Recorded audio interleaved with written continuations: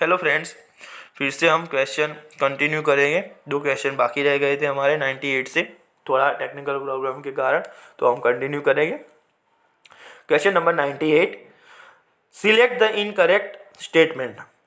हमें गलत स्टेटमेंट पसंद करना है। पहला हमारा स्टेटमेंट है, effective cohesion of soil can never have any negative value. Then effective angle of internal friction for coarse grained soil is rarely below the 30 degree. Then C, effective angle of internal friction of soil increase as state of compactness increase. Effective angle of internal friction is a complicated function of mineralogy and clay size content. Okay, ये पढ़ लिया। अब 98 में हम क्या करेंगे friends, angle of internal friction. Angle of internal friction को हम फ्रिक्शन एंगल भी बोलते हैं, यानी कि थीटा। और हम क्या मेजर करते हैं, ये क्या, इसका यूज़ क्या होता है, तो इसका use, angle of internal friction का use a measure of the ability of unit of the rock और soil to bear shear stress. अब इंटरनल फ्रिक्शन क्या करता है, तो ये शियर स्ट्रेस को बियर करता है, दैट मीन्स गेन करता है। ये इसकी एबिलिटी रखता है उसको बियर करने की, यानी कि उसको सहन करने की एबिलिटी रखता है। और okay, for a coarse grained soil theta angle is greater than 30। In case of loose sand it may be less than 30। Coarse grained soil है तो उसमें क्या है, जो एंगल है वो 30 से ज़्यादा है, और फाइन ग्रेनेड सॉइल है उसमें 30 से कम है। Theta is increase with compactness and size of particle. Theta किसके साथ बढ़ता है, तो हमारा थीटा है वो साइज ऑफ पार्टिकल के साथ बढ़ता है। डैट मीन्स साइज हमारी ज़्यादा तो थीटा ज़्यादा, डैट मीन्स हमारी साइज कम, यानी कि फाइन ग्रेनेड सॉइल के लिए थीटा हमारा कम रहेगा। उसके बाद cohesion is the force that holds together molecule और like particle within a soil. Cohesion force लगता है दोनों मॉलिक्यूल के बीच, यानी कि पार्टिकल्स, सॉइल के पार्टिकल्स के बीच कोहेजिव फोर्स लगता है। अब हम ऑप्शन पे चले जाएंगे। अब क्या है, effective cohesion of soil can never have negative value. ऐसा नहीं होता फ्रेंड्स, यानी कि इनकरेक्ट वैल्यू है, इनकरेक्ट स्टेटमेंट देखना है, तो ये पहला हम पेंडिंग रखते हैं, उसके बाद दूसरा देखिए। Effective angle of internal friction for coarse grained soil is rarely below 30 degree, that means right. Effective angle internal friction for soil increase state of compactness increase, yes, यानी कि ये भी राइट है। और effective angle of internal friction is complicated function of mineralogy and clay size content, तो ये सब right है फ्रेंड्स। इसमें इनकरेक्ट हमें फाइंड करना था, तो इनकरेक्ट हमारा ऑप्शन ए है 98 में, वो इनकरेक्ट रहेगा, बाकी के सब हमारे करेक्ट रहेंगे। देन क्वेश्चन नंबर 99,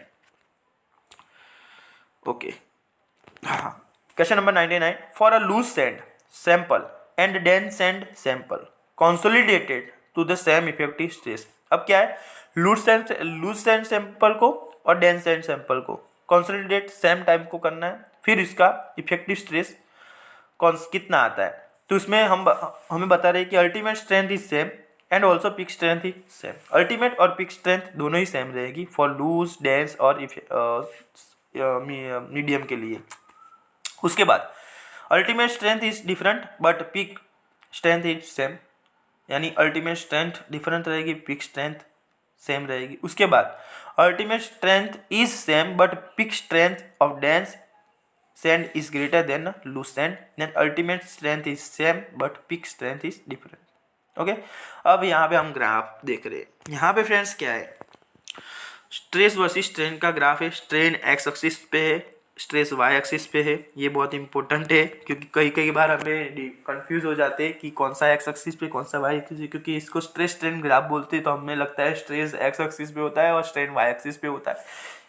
देन यहाँ पे हम देखते हैं कि हमारा डेंस सैंड है, मीडियम सैंड है, ultimate sand, then dense, medium and loose sand है। ये तीनों का अल्टीमेट पॉइंट है ना, ये सेम है, बट पिक पॉइंट, इसे पिक पॉइंट बोलते हैं, डेंस का ज़्यादा है, मीडियम का पिक पॉइंट है ही नहीं, यानी ये अल्टीमेट पे ही वो रहता है, और लूज स्टैंड के लिए भी ultimate point is a last point. तो पीक क्या है, डेंस का डिफरेंट रहता है और अल्टीमेट सेम रहता है।